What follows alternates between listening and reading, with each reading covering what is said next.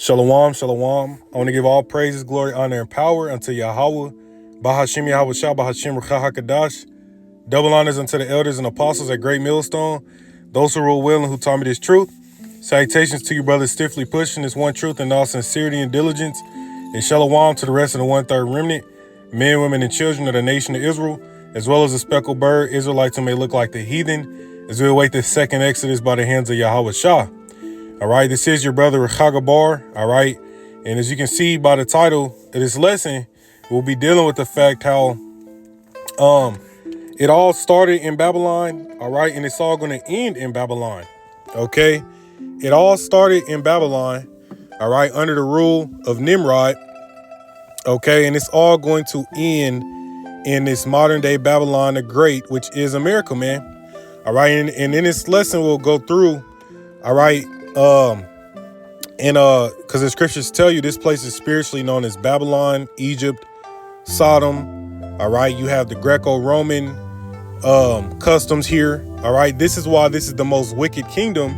All right. On the face of the earth. Okay. And then we're going to show you, man, how it all began with Nimrod. All right. Okay. And this is where pretty much all of these different these false religions. Okay. This idol worship. Okay, this idolatry, this is where it all stems from, man. Okay, this is where it all stems from. Okay, so real brief, history. Okay, after the flood, all right, Noah's Ark landed in Mount Ararat. Okay, as you see on this map. Okay, Noah's Ark landed in Mount Ararat, which would be somewhere in modern day Turkey. Okay, so after the flood, all right. After it rained, flooded the entire earth, I believe 40 days and 40 nights. Okay. The flood ended in modern day Turkey. Now, now we know in Genesis, the 10th chapter goes into the fact how Noah, all right, as well as his three sons, Shem, Ham, and Japheth, pretty much repopulated the earth. Okay. And of those, Shem, Ham, and Japheth, you get the 18 nations that are on the earth to this day. Okay. There are 18 nations that are on this earth. All right. And essentially, all right, let's just go ahead and go there. You'll read that Nimrod, all right, who was a grandson of Ham, all right, became a mighty ruler in the earth. Okay. Genesis 10:8 says, and Cush begat Nimrod. He began to be a mighty one in the earth. Okay. Cush was the son of Ham. Okay, so that will make Nimrod Ham's grandson. All right. It says, verse 9, he was a mighty hunter before the Lord Yahweh. Wherefore it is said, even as Nimrod, the mighty hunter before the Lord Yahweh. All right. It says, in the beginning of his kingdom was Babel and Erech and Akkad and Calneh in the land of Shinar. So this land of Shinar, all right, is modern day Iraq. Okay, this was the start of Babylon. Okay, you had Assyria up, to the north. Okay, that's where Asher went. Okay, who was a son of Shem, right, to create the kingdom of Assyria, right? But this land of Shinar was Nimrod's kingdom.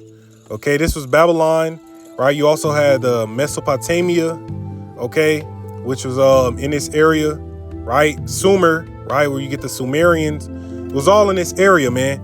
All right, and as you're going to find out, this is where it all began. This is where all the, the false religions and beliefs that all these nations have to this day. Okay, it began with Nimrod. Okay, and essentially the fact that people, all right, as Nimrod was a mighty hunter, people deified him. Okay, people deified him. Okay. And we're going to show you that, with just some some artifacts or whatever. All right. And this is where that whole all these world religions come from, man. OK, so I'm going to grab this one first. Give me 1 second. OK, as you see this picture here. All right. It says Nimrod had a tremendous influence on the world's religions. All right. It all began in Babylon. OK, the land of Shinar after the flood. Christmas. All right. Easter, the Trinity. Nameless Lord worship, the cross, okay, the cross, okay, soul immortality, which we know immortality is scriptural, right? Sunday and sunrise worship. Okay, so that sun worship, you know, and all those things. Okay, but this is where it all began, right? Nimrod, okay, was deified. Okay, Nimrod was deified, man, and this is where you get Christmas, December 25th. They said that was Nimrod's birthday. Okay, December 25th. Okay, and you know, you can obviously look into this, man, and continue, you know, to just research these things, but this is all pagan worship, man. Okay, so let's go back before I get too far in that. Let's go into Nimrod, right? Let's go into his name. Okay, Nimrod's name, okay, because all the people on the earth, all right, spoke one language at this point. Okay, it was Hebrew. Okay, now we know the Hebrew words, each character is equivalent to a number. Okay, and each character in each word formed from those characters have a meaning.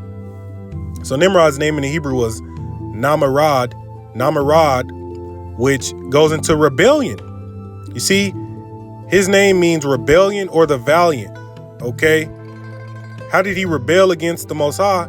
All right, because they were into idolatry, man. All right, and this is where all these religions come from. Okay, that's why they were trying to build the Tower of Babel, or the tower. Okay, which pretty much was that it was the nations. All right, it was a you know, it would have been like America, right? Like this is looked at as the great city, right? The melting pot where everybody comes to America to try to live out the American dream. Okay, and they wanted that type of monument. Okay, which was let's see if I can pull this up. It was actually called a ziggurat, as you see here. Okay, this is what the Tower of Babel would have been depicted as.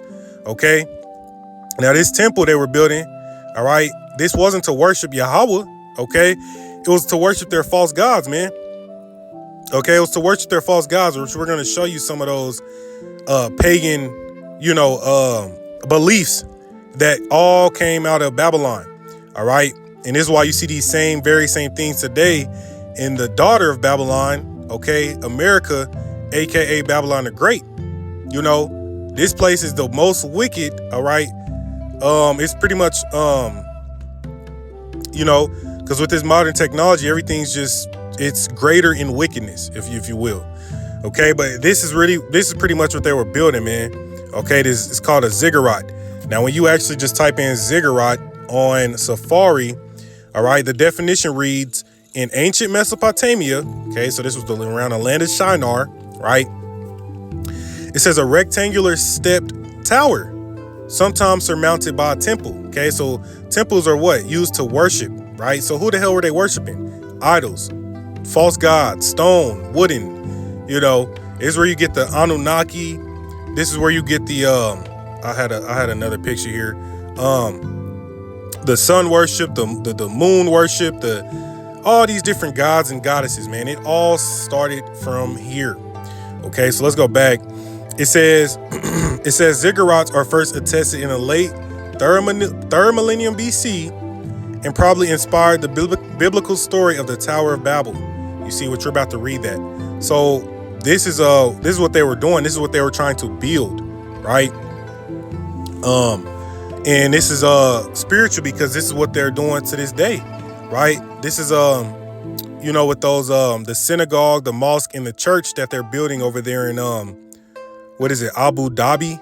Okay, so they're trying to merge all of those religions into oneness. Okay, so the same oneness that was taking place in Babylon during the times of Nimrod. Okay, you had all nations and peoples gathered together, and what they start doing, all right, they start trying to build the temple to worship their deities, man. Okay, and this is no different. You see, this is no different, man. This is the same shit playing out today. Okay, history repeats itself. So you have them, they built, I don't know if it's completely built yet or not, but they're building a mosque, a synagogue, and a church. So Christianity, Islam, and Judaism. Okay, to where everybody can come and we can put aside our differences and we can all be one. Okay, when you understand it, as we're going to continue to show you, these false religions and the worship, the cross, the sun worship, all these things, man, it stemmed from ancient Babylon. Okay. And it's all rooted in satanic worship. Because if you're not worshiping Yahweh Bashim Yahushua, you're a rebel. You're an you're anti-Christ, people say. Okay, you're against the Most High. Okay, and that's why Nimrod's name goes into rebellion. Okay, they weren't serving the Most High. All right, so this is Genesis chapter 11 from the top. Okay, it's after mankind had traveled over to the land of Shinar after the flood. It says, and the whole earth was of one language and of one speech, Hebrew. And it came to pass as they journeyed from the east, they found a plain in the land of Shinar, and they dwelt there.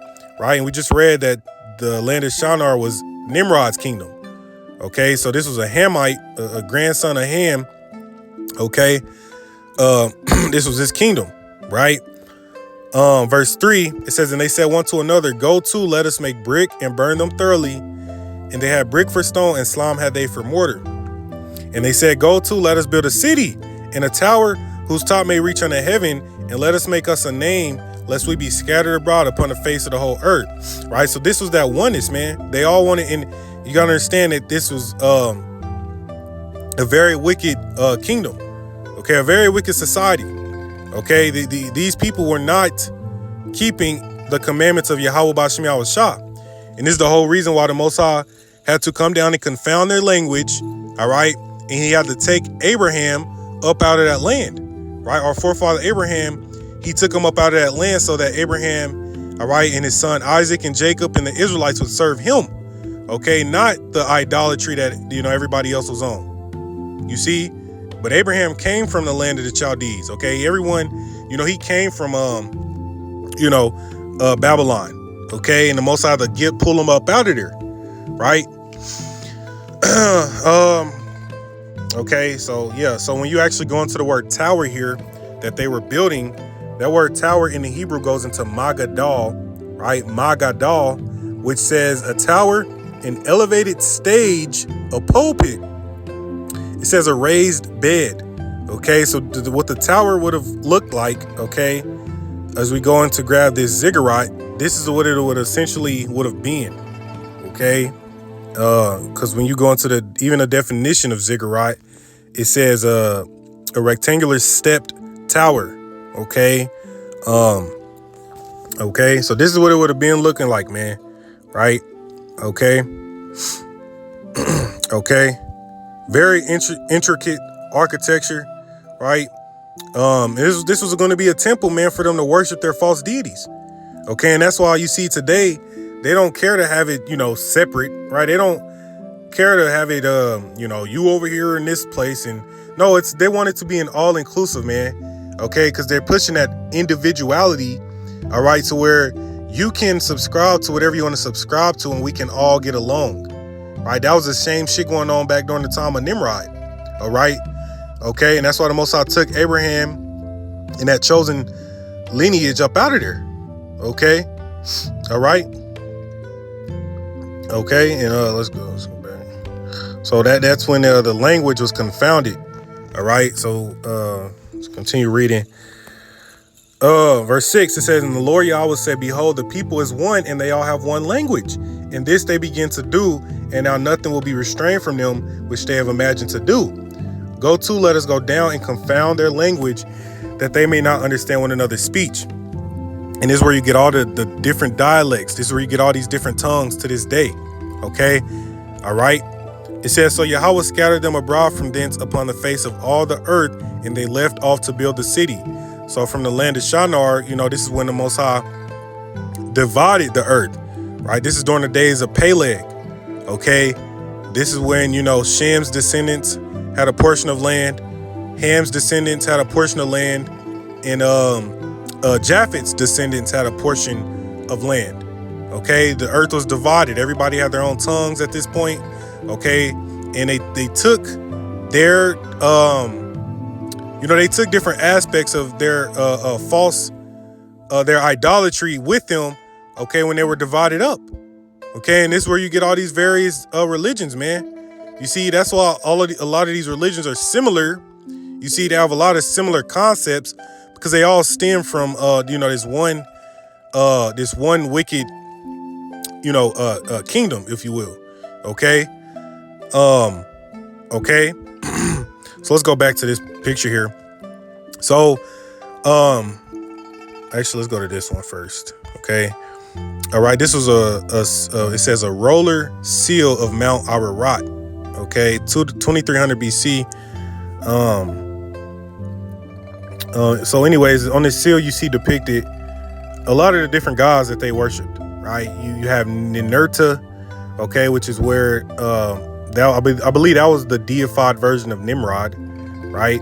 War and thunder god, roars like lion, which makes sense because he was a mighty hunter. You had Ishtar, which is where you get Easter, okay? Inanna, Venus, these are all gods and goddesses. The sun god, right? The Enki, water god, all these different gods and goddesses that the people was, worshiping. This was their way of explaining life and creation. Okay. This is their way of explaining life and creation. Okay. But when you go back to this picture, the Babylonian god Ninurta was Nimrod deified. See, so let's go into let's read a little bit. Okay, this was a limestone stela dated 865 BC to 860 BC in a British museum. Okay, so this is a depiction of Nimrod. Okay, is deified, worshipped as a god, right? So when they were divided up, the nations, they took these beliefs with them. Okay, and it's all been carried on to this day. Okay, so one, right, you have the horned helmet, the Babylonian supreme god Asher.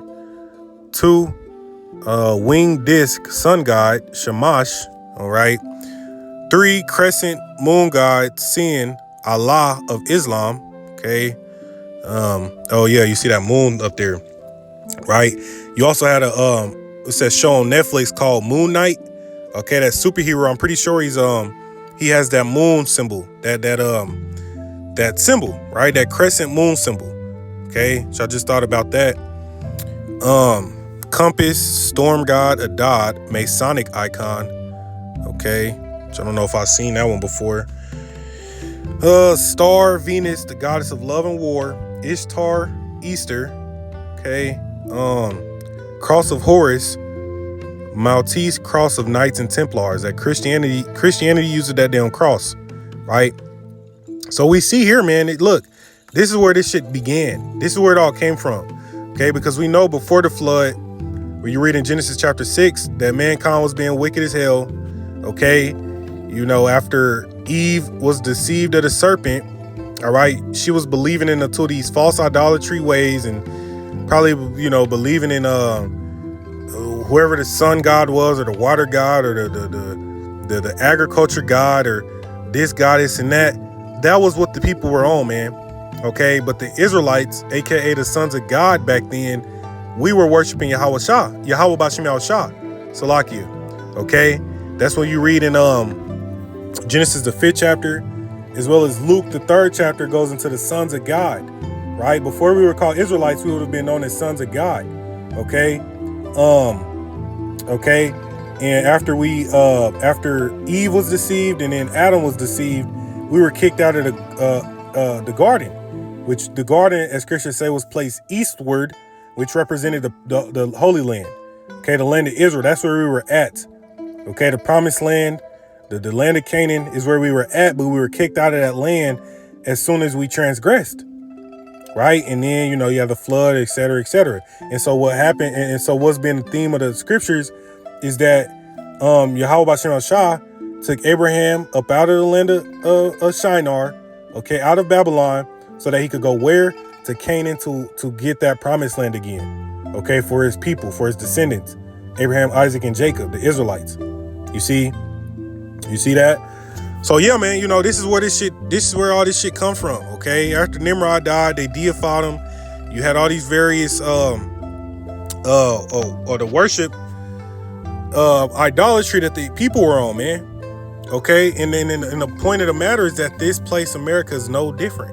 right? This is a revival of Babylon, man. Scriptures call this place. Let's just grab that. Scriptures tell you this place is one of the characteristics of this place is Babylon.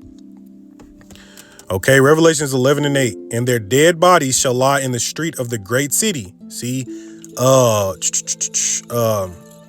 ancient Babylonia. Okay, the land of Shinar would have been a great city. It would have been like this place, man, because this place is known as the melting pot. Okay, that place was a melting pot. This place is the land of confusion. That was the land of confusion. See, and the Most High confounded everybody's language. You see that? Okay, all of those aspects are here.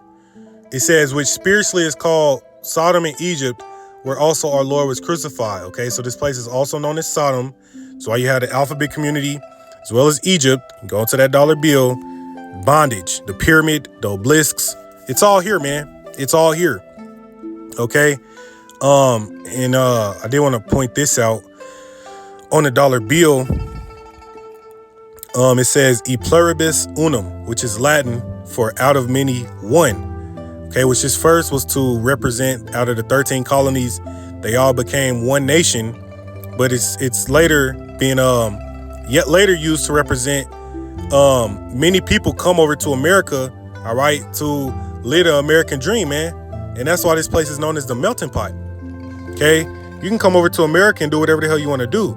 If you don't like something, you can protest, right? You can rally, all right? And this system is satanic anyway, so oftentimes at night, all right, they allow you to identify as a dog or a cat, right? You got, they call them furries, man, which is, little kids dressing up as animals, You can identify as a LGBTQ plus, right? You can do all these wicked things, but as far as the laws of the commandments of the scriptures, they don't do that here. See, so it's been the same shit that Nimrod's kingdom was on, man, and that's why the Most High pulled Abraham up out of there. Okay, and let's see. I did want to grab this last point. Okay, which is Jeremiah the 50th chapter, because this goes into the destruction of America. All right. It says, Jeremiah chapter 50, we'll start at verse 35.